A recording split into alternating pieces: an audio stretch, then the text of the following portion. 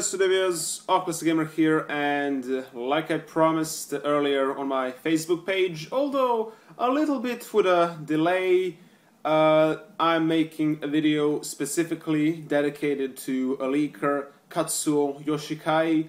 I'm going to say everything that happened recently and my personal opinion on it. Now, keep in mind, I'm not confirming anything. I'm not saying what I'm gonna say now is a fact 100%. This is only how I think myself. You're free to agree or disagree with it, or however you want. Just don't go around say that I'm confirming something when I'm not. Okay? Okay. So, as we all know a little bit of background, I already did some videos on Katsuo Yoshikai, mainly when he had a channel. And I said had because I'm gonna get into that, he no longer has a channel. He uploaded first a trailer for Crash Bandicoot Access Virtual Console. After the trailer, he uploaded his own gameplay. But what I didn't cover is shortly before he closed his account himself, there was a third video he uploaded, and it was pretty much apology to Nintendo. That's what the video was about. His previous two videos were removed and he made a specific video apologizing to Nintendo for leaking the information to begin with. Now, since I'm far from fluent in Japanese, I only know basic stuff, I was unable to translate the video, and plus it didn't help that he had a lot of kanjis, which is something I'm also not good at. But the main thing that was in the video is he said he got into some trouble, and basically he deleted other videos, apologized to Nintendo, but shortly afterwards I didn't even save the video because there was no time. He closed his account completely. No trace of Katsuo, nothing about him. So, in all honesty, Katsuo will always, for me, be that one mysterious leaker. That's how I'm gonna call him, mysterious leaker Katsuo. Because, honestly, we know nothing about him. If you try googling Katsuo Yoshikai on Google, you're not going to find much useful results. His channel is now gone. We don't know his email address. We don't know his Miiverse account. We don't know anything about him. So what happened? He removed other videos, said he got in trouble, closed the account, and since September 30th obviously passed, and we didn't get neither Crash Access on eShop, and we didn't get a Crash Bandicoot character announcement for Super Smash Bros. As we know, there is a new update, but it's only stages and costumes, no new characters at all, so no one new was announced. But we have 3 character slots that were found in the update. We don't know for what characters they are, but there are 3 character slots found in the data, which confirms that more characters are definitely planned to be added in a future DLC update. Now, my whole view on this situation that happened is next. Katsuo Yoshikai, in my opinion, no matter how much some people can disagree, in my opinion, he was not fake. He wasn't faking it at all. The reason why I believe this is because of few factors. First, many people are like that are fake leaking. Here, compare with a Rayman leak. Rayman leak that was fake gathered a lot of media attention, and leaker enjoyed the popularity, but after some time, like maybe 1 day or 2 days, I'm not entirely sure, he admitted himself it was fake and showed the whole process of how he made the leak. So that's what the fake leakers do. They create some fake leak and then they say it was fake to gather more attention for themselves. Now, keep in mind, I don't have anything against the Rayman leaker, but I just pointed the fact. His channel was not that known before Rayman leak, and when he did Rayman leak, he became a much more popular YouTuber. Before he was famous, he had less subscribers than me, but now thanks to Rayman leak, he is way more famous than I am. So I have nothing against him as a YouTuber or as a person. I'm just stating the facts. He became famous because of the leak, and he used that leak to become famous.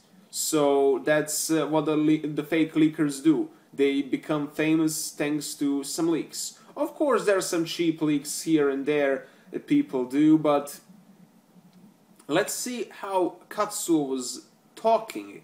He was constantly feeling sorry, and multiple times in a comment he stated that he's sorry for what he's doing and that he somehow fears that Nintendo might be after him for leaking this information, because the original story is that he was supposed to upload this trailer on Nintendo's official channel on 30th September. That's at least what he said, or maybe that's what we thought. I will get into that later. But he got fired, and in act of retaliation, because he got fired, he decided to leak those trailers and gameplay. He somehow got early access to games, and yeah. So, but he was always feeling this guilt. That's at least the impression he was giving. Why would someone who is faking a leak, trying to get more attention for himself, why would he try to make others feel sorry for him? Like, what the fake leakers are aiming for is presenting themselves as some really cool person who has all this information. Like, oh, I have these sources, you know, I have all the knowledge. Check out what I have. Check this out. This is real. That's the impression the fake leakers do. They try to present themselves as cool people, not someone who is scared of a company going after him or something like that. So the way Katsuo was acting, in my opinion, shows that he definitely had something truthful about his videos. Also, if he was fake, why would he suddenly close his account like that? Wouldn't it be more logical if Nintendo or Activision flagged his content and his channel got terminated? Well, some people would say that, because if he was real, why didn't Activision or Nintendo do it?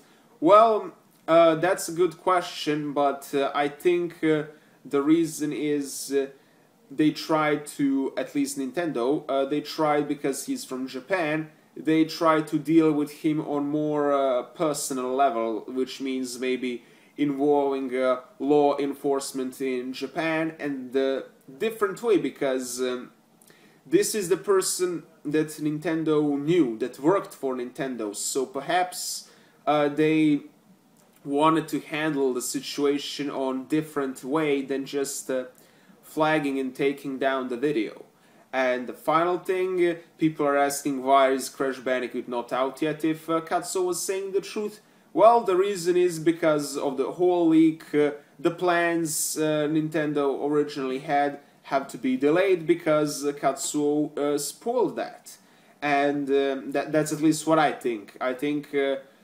and also, if Crash Bandicoot is related to how people voted for Smash Bros. Characters, it is much more likely that he will be announced once all the results are revealed on Nintendo's website, who got how many votes for characters. So, yeah, it wouldn't make sense to include Crash in a 30th September update, like reveal all that, while the ballot was still even going. People could still vote for other characters. So, in my opinion, it was always weird. Like, why 30th September?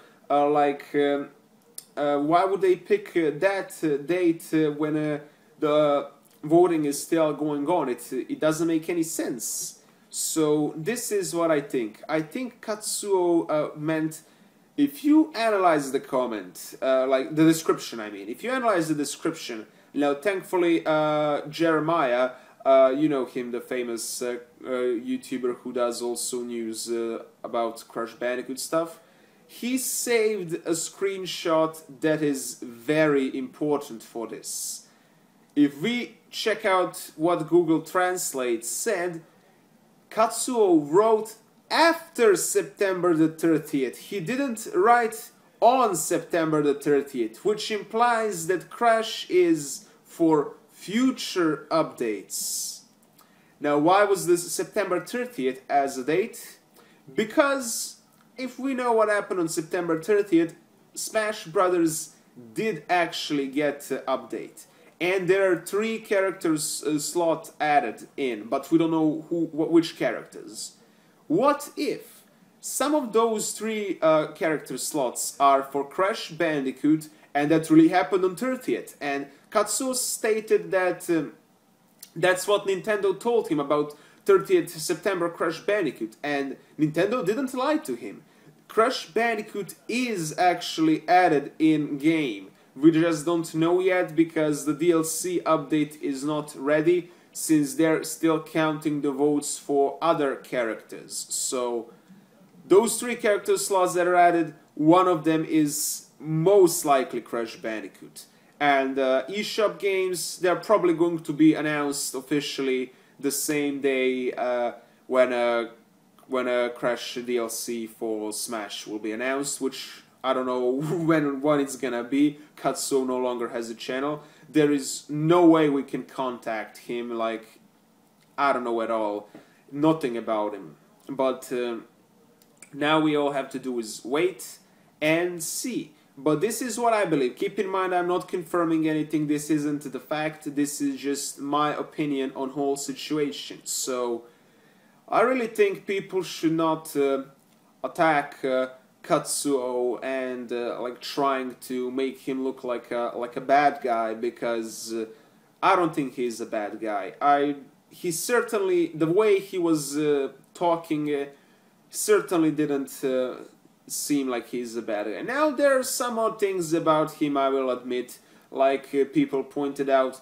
The Japanese, the way he's speaking is very unusual for a Japanese native.